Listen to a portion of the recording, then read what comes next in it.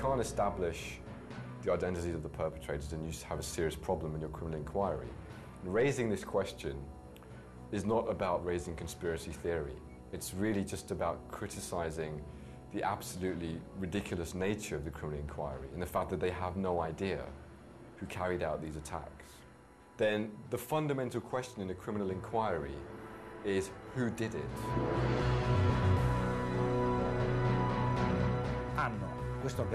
They have this evil organization. They have the leader of this evil organization, bin Laden. They have a secret network in the caves of Afghanistan. It could be the screenplay of a James Bond movie. The first bin Laden videotape that was leaked and that was used by the media to suggest that Osama bin Laden has claimed responsibility. This was a very problematic videotape. There was an analysis that found that it was completely fraudulent. There were a number of issues. There were basic issues such as, for example, Osama bin Laden was wearing a gold ring. Now, in Islamic fiqh, Islamic law, a man is not allowed to wear gold. So why is the head of one of the most militant Salafist movements wearing a gold ring? It doesn't make sense. The video in question, that was found in Afghanistan in very doubtful circumstances by American soldiers in a house that was supposed to have been abandoned by Al-Qaeda, has been questioned for various reasons. For example, a German TV network gave an alternative translation. It is completely different from the one given by the American investigators.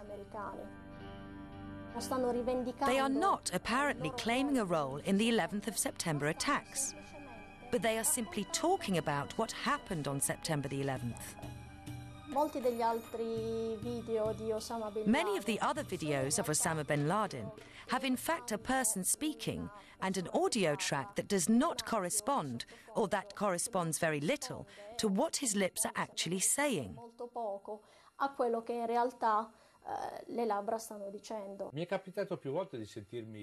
People often ask me, how can you doubt the official version if Osama bin Laden himself appeared several times on television to say, I did it?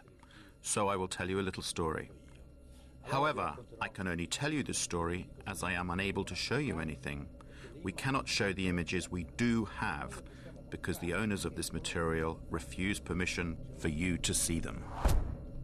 In the summer of 2005, the Commission of the European Parliament for Security and Defence, of which I am a member, was invited to a special screening created by the Washington Center for Strategic Studies. We were asked to watch a film which depicted what would happen in Europe if Brussels was hit by a nuclear bomb. 50,000 deaths, 100,000 injured. The reactions of various European governments. Suddenly, footage of Osama bin Laden claiming responsibility for a nuclear attack on NATO headquarters comes on screen. All members of the parliament, myself included, were rendered speechless. American experts from the Center for Strategic Studies were on hand to explain the action on screen. Then a parliamentarian finally said, "Today, we were shown a convincing demonstration of how Osama bin Laden's image can be completely manipulated." They need to fight the bin Laden's terrorist organization, Al-Qaeda. All the Osamas we have seen over the years may never have existed, just as a nuclear attack on NATO headquarters in Brussels has never taken place. Now they're denying us use of these images. No matter, we will go on without them. But people, have a look yourselves. This is an Osama bin Laden from the 7th of September of 2007. Compare him with the other Osamas we have seen in the last few years. Do you believe it is possible that he is getting younger over time? Do you believe it is possible that his beard is darker than before? Do you believe it possible that his nose has grown? We don't need analysis. A child can understand that they are two different people, but these people are being introduced to us as if they were the same person. And this story has been told to us now for over 6 years.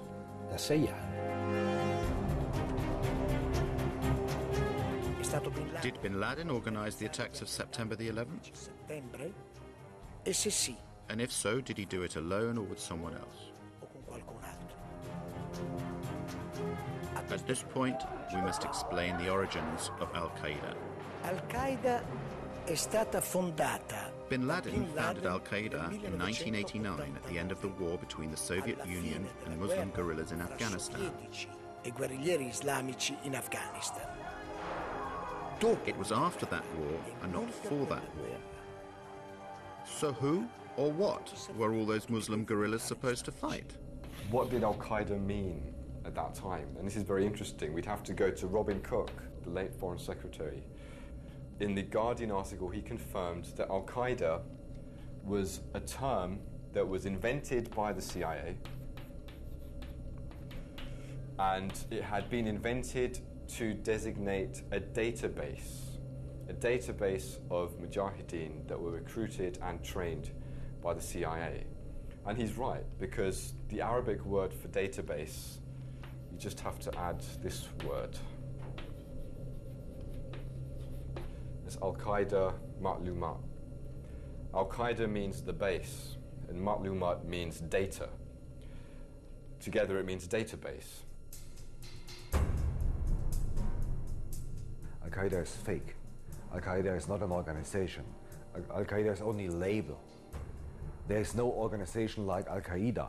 Al-Qaeda is a list of participants in the Afghanistan war of the 80s. Al-Qaeda is nothing. It is only a puppet blown up by the Western propaganda to show the public the big evil.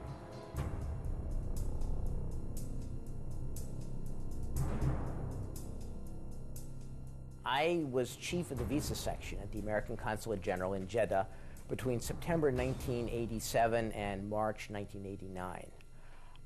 During my period there, I was involved in what turned out to be a Visas for Terrorists program, with people coming to the consulate recruited by the Central Intelligence Agency and its asset Osama bin Laden, and sent to America, either for instruction in how to be good terrorists, or for rewards, or for debriefings on what they've been doing in Afghanistan.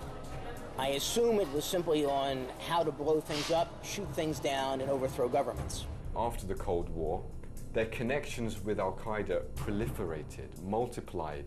Al-Qaeda is being controlled in various ways, directly and indirectly.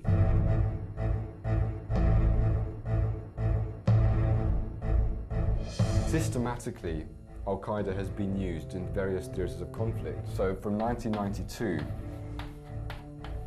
to 95, you look at the Bosnian conflict.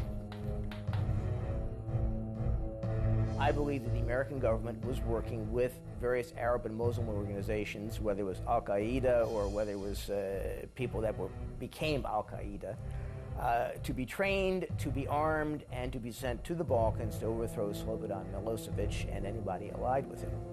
That kind of policy continued in the Balkans all the way up to post-2001.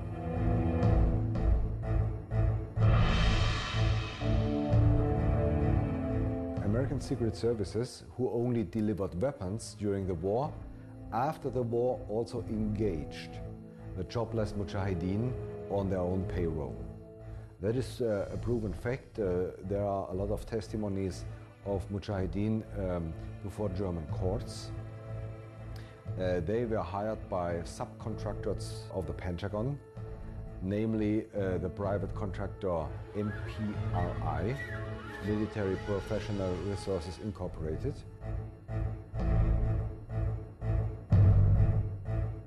MPRI is formally private, but in fact it's kind of secret device of the US Army. They have more 4-star general under contract than the Pentagon itself.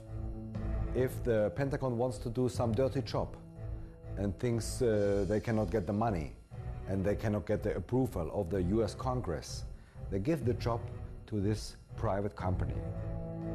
At the beginning of summer 1999, MPRI brought this Bosnian Mujahideen back to the Balkans, especially into Kosovo, to help the Kosovo terrorist army KLA. They engaged them, They paid them monthly.